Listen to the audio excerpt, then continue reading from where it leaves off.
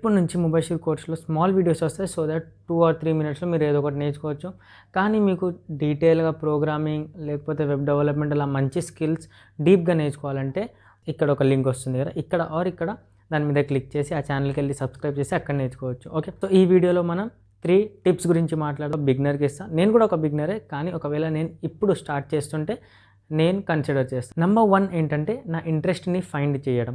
ఇప్పుడు ఇంట్రెస్ట్ లేకుండా నేను చేయను. చాలామందికి కోడింగ్ ఇంట్రెస్ట్ ఉండదు. వేరే ఏదో ఒకటి ఇంట్రెస్ట్ ఉంటుంది. కానీ సీఎస్ఈ చేశారు కాబట్టి, ఇంజినీర్ అవ్వాలి కాబట్టి, వాళ్ళు ఏదో ఒకటి అంటారు కాబట్టి, పేరెంట్స్ ఏదో ఒకటి అంటారు కాబట్టి వీళ్ళు కోడింగ్ చేస్తూ ఉంటారు. ఓకే. సో అలా నేను చెయ్యను. ఓకే. నా కోడింగ్‌లో కూడా చాలా ఫీల్డ్స్ ఉన్నాయి. ఇప్పుడు నాకు వెబ్ డెవలప్‌మెంట్ అంటే అంతగా నచ్చదు. యాప్ డెవలప్‌మెంట్ అంటే ఇష్టం. ఓకే. సో నేను యాప్ డెవలప్‌మెంట్‌లోనే వెళ్తా. ఒకవేళ data science, cyber security interest ఉంటే అందులో వెళ్తా. కానీ ఒకవేళ అందరూ వెబ్ డెవలప్‌మెంట్ చేస్తున్నారు, పక్కనోడు పైథాన్ చేస్తున్నాడు, వాడికి ఎక్కువ ప్యాకేజ్ వచ్చింది, నేను కూడా అదే చేస్తా అంటే మీరు అసలు ఎక్కడికి వెళ్ళలేరు, ఏం చేయలేరు. రాసి పెట్టుకోండి. మీరు ఎక్కడికి వెళ్ళలేరు, ఏం చెయ్యలేరు. వేరే వాడు ఇది చేస్తున్నాడు, నేను ఇది చేస్తా. ఓకే. నేర్చుకోవడానికి, తెలుసుకోవడానికి ఇట్స్ ఓకే. పక్కనోడిని చూసి మనం ఏదో ఒకటి తెలుసుకోవచ్చు, నేర్చుకోవచ్చు. కానీ వాడది చేశాడు కాబట్టి నేను అందులోనే వెళ్తా, నేను వేరేవి అసలు ఏం పట్టించుకోను అంటే that is wrong. So interest చూడండి, అన్నీ కొంచెం కొంచెం ట్రై చేయండి. వెబ్ కొంచెం ట్రై చేయండి. Mobile app, Android, iOS, data science, cyber security చాలా ఫీల్డ్స్ ఉన్నాయి. కొంచెం కొంచెం ట్రై చేయండి. ఏదో ఒకటి మీకు ఆ కిక్ ఇస్తుంది, అందులో వెళ్ళిపోండి. నంబర్ 2, ప్రాజెక్ట్స్ ఏదైతే చేస్తారో క్లోన్ చేయకండి. ఒకవేళ క్లోన్ చేసినా కానీ ఏదో ఒక చిన్న ఫీచర్ ఏదో ఒకటి యాడ్ చేయండి. ఓకే. లేకపోతే ఏదో ఒకటి ఉన్న దాంట్లో కొంచెం మిస్టేక్ లాగా మీకు అనిపిస్తే దాన్ని కరెక్ట్ చేయండి. ఎందుకంటే క్లోన్స్ ఏంటంటే ఆల్రెడీ ఉన్నాయి. అసలు సాఫ్ట్వేర్ ఇంజనీరింగ్ అంటే ఏంటి? ఏదో ఒక ప్రాబ్లమ్‌ని సాల్వ్ చేయడం. మీరు ఉన్నదాన్ని రిప్లేస్ చేశారనుకోండి సేమ్, అంతగా యూజ్ ఏమి ఉండదు.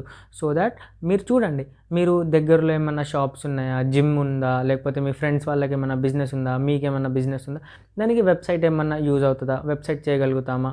యాప్ చేయొచ్చా? యాప్ వల్ల ఏమన్నా యూజ్ ఉందా? చూడండి. ఓకే. ఒకవేళ అలా ఉంటే అవి చేయండి.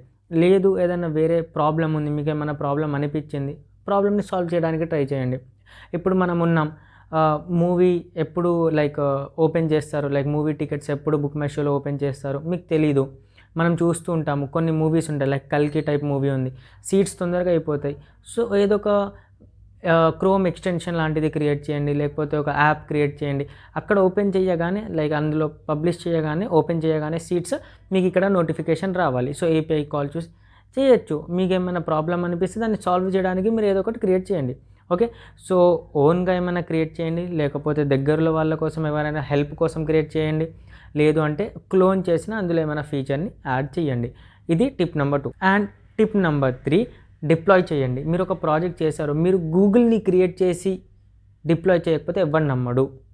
కానీ మీరు ఒక చిన్న టు డూ లిస్ట్ యాప్ చేసి దాన్ని డిప్లాయ్ చేస్తే, అరే వీడు ఏదో చేసిండు, వీడు చేసింది గూగుల్లో కొడితే వస్తుంది. ఓకే. సో ఆ ఫీల్ అనేది ఉంటుంది. సో మీరు ఏం చేసినా కానీ, వెబ్సైట్ చేసినా, యాప్ చేసినా, చిన్న ప్రాజెక్ట్ చేసినా కానీ దాన్ని గూగుల్లో డిప్లాయ్ చేయండి. సో దాట్ మీరు తర్వాత అందులో ఇంట్రెస్ట్ ఉంటే దాన్ని డెవలప్ చేయొచ్చు, లేకపోతే మీ రెజ్యూమేలో చూపించచ్చు, ఏదైనా చేయొచ్చు. కానీ మీరు పెద్ద పెద్ద ప్రాజెక్ట్స్ చేసి దాన్ని డిప్లాయ్ చేయకుండా అలానే పెట్టేస్తే ఎవ్వరు నమ్మడు మీరు చేశారని కూడా. సో ఏదో ఒక చిన్న ప్రాజెక్ట్ చేసినా కానీ దాన్ని డిప్లాయ్ చేయండి. Okay. So these are my 3 tips. And ఏమైనా డౌట్స్ ఉంటే కామెంట్ చేయండి.